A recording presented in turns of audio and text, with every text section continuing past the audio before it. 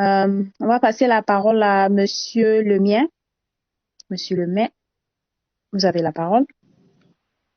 Ok, merci. Je vais aussi intervenir comme un simple citoyen. Je vais juste aborder un aspect pour lequel j'ai comme l'impression qu'on oublie un peu dans la communication, beaucoup plus précisément sur le rôle et l'attitude de l'homme, qui souvent pousse la femme à aller recourir aux avortements clandestins.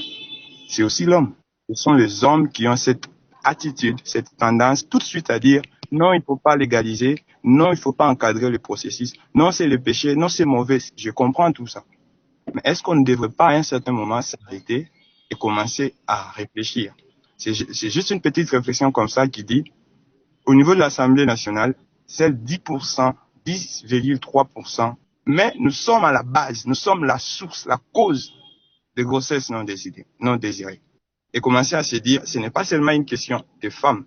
J'ai quelque peu lu ça dans les propos du politicien, M. Setkikouni, lorsqu'il dit qu'il aurait bien voulu écouter plus de femmes.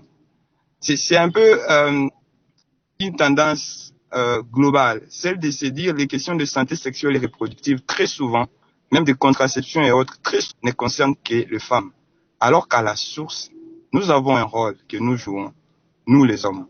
Donc moi, je voulais juste, comme un citoyen, lancer cet appel, changeons nos attitudes.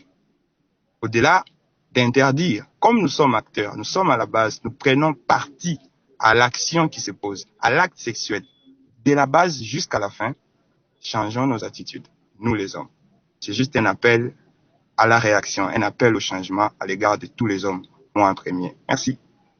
Merci, Est-ce que merci Monsieur Lemien.